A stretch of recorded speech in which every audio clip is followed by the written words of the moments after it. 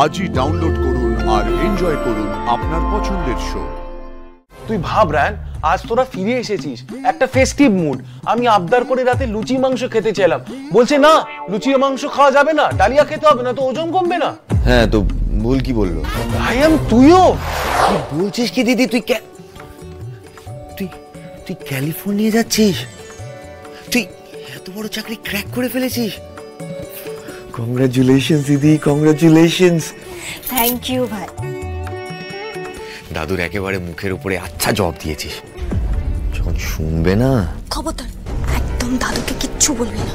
তাই দাদু যদি জানতে পারে না যে আমি ক্যালিফোর্নিয়া যাচ্ছি, তাহলে কুরুক্ষেত্র বাঁধিয়ে দেবে, এখানে এসে আমার যাওয়াটাই আটকে দেবে। তুই ভয় পাস না, তোর চাপ নেওয়ার কিছু হয়নি, কেউ কিচ্ছু জানতে পারবে না। তোর ফ্লাইট কবে? কাল বিকেলে। এখান থেকে যাওয়ার জন্য গোপাল গাড়ি ভাড়া করে দিয়েছে। আরে বাহ, তুই কি ভালো দিনে খবরটা দিলি বলতো। তুই গোপাল তাকে বল গাড়ি ক্যান্সেল করতে। মানে কেন? আরে লাকিলি কালকে পারুল নারাগোল যাচ্ছে, তো আমি ওকে ছাড়তে যাচ্ছি। কেন রে, কি হয়েছে? আবার কোনো ঝামেলা করেছিস? না না, ও হয়তো এমনি ঘুরতে যাচ্ছে।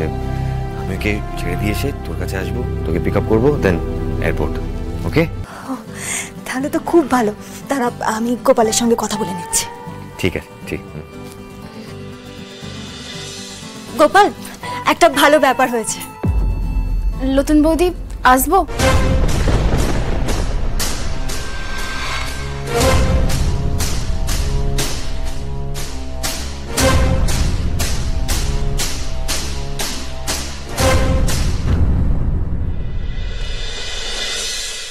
তুমি আমার বউ হয়ে আমার খাওয়া নিয়ে খোটাটা কিভাবে দিতে পারলে? তোমাকে তো নিজে তোমার শরীরটাও দেখতে হবে। আরে শরীরের কথা বলছি, আবার বাইরের লোক খোটা দেয়, সন্দীপ খোটা দেয়, সেগুলো মেনে নেওয়া যায়। তুমি আমার বউ হয়ে কি করে বলতে পারলে?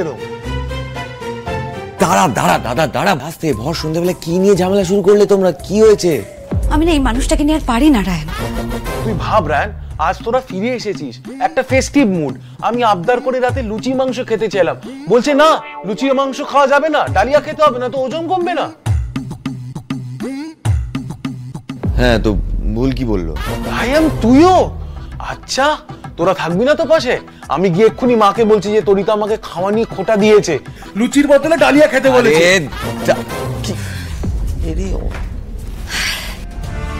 কি হয়েছে বলো তো? তুমি বেচারাকে খেতে দিচ্ছ না কেন? দেখো রায়ান, তুমি আমার ভাইয়ের মতো, তাই তোমাকে বলতে আমার কোনো দ্বিধা নেই। আমার আর মৈনাকের বিয়ের এতগুলো বছর হয়ে গেল, আমারও তো মা হতে ইচ্ছে হয় বলো। আর তার জন্য আমরা একটা ডক্টরের সাথে কনসাল্ট করেছিলাম। তো কি বললো ডক্টর? ডক্টর বললো যে সবার আগে তোমার দাদার ওজন কমাতে। আর ও যদি এইভাবে চলে কি করে হবে বলো তো?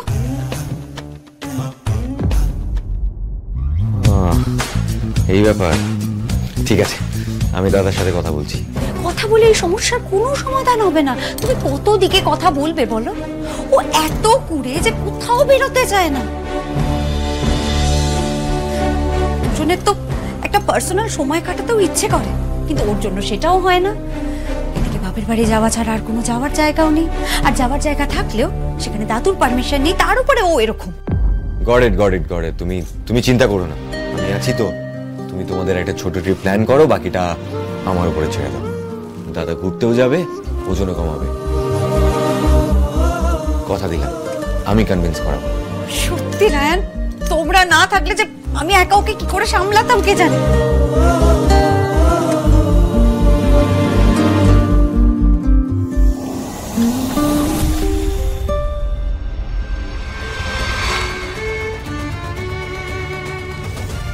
পারুল, তুমি নারাগোল যাচ্ছ শুনলাম?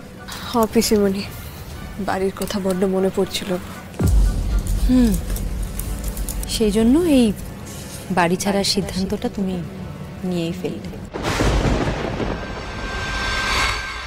বুঝি পারো, আমিও তোমার মতো না ইন্ডিপেন্ডেন্ট হতে চেয়েছিলাম, নিজের আত্মসম্মান নিয়ে চলতাম, কিন্তু আমার তোমার মতো সাহস ছিল না। তোমার এই সাহস, তোমার এই জেদ আমাকে সত্যি মুগ্ধ করে পারো।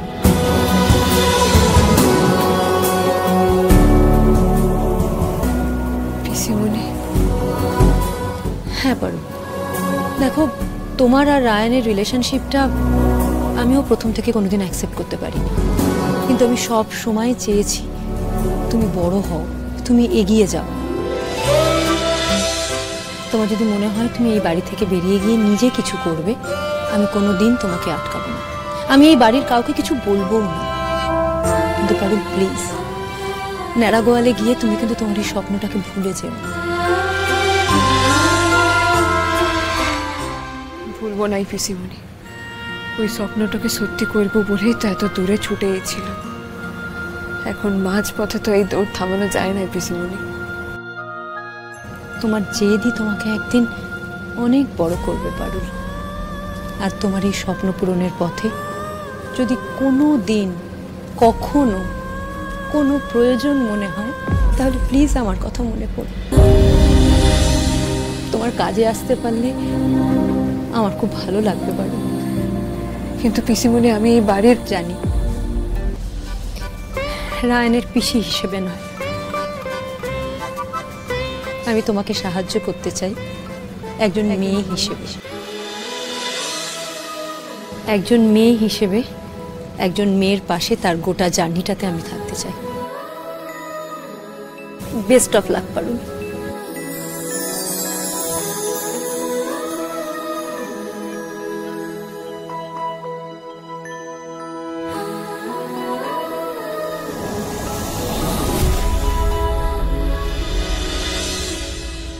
তুমি সত্যি সত্যি চলে যাচ্ছ নতুন বৌদি? আর আসবে ক্লাই আমাদের কাছে? এবার আমাদের কি হবে দিদি? কি হবে কি? এবার তো তোমাদেরকেই বড় দায়িত্বটা পালন করতে হবে। আমি চলে গেলেও তোমাদের পড়াশোনা আর তন্তু শয্যা যেন বন্ধ না হয়। এসব কি বলছো তুমি? আমরা কি করে সামলাবো? আমরা এসব পারি নাকি? ঠিক পারবে। আমাদের সবাইকে জীবনে এগিয়ে যেতে হবে মালতী। তোমাকে এগিয়ে যেতে হবে, রানুকে এগিয়ে যেতে হবে, আমাকে এগিয়ে যেতে হবে, গোপালকে এগিয়ে যেতে হবে। আমাদের জীবন কোনো কিছুর জন্য আটকে থাকে না।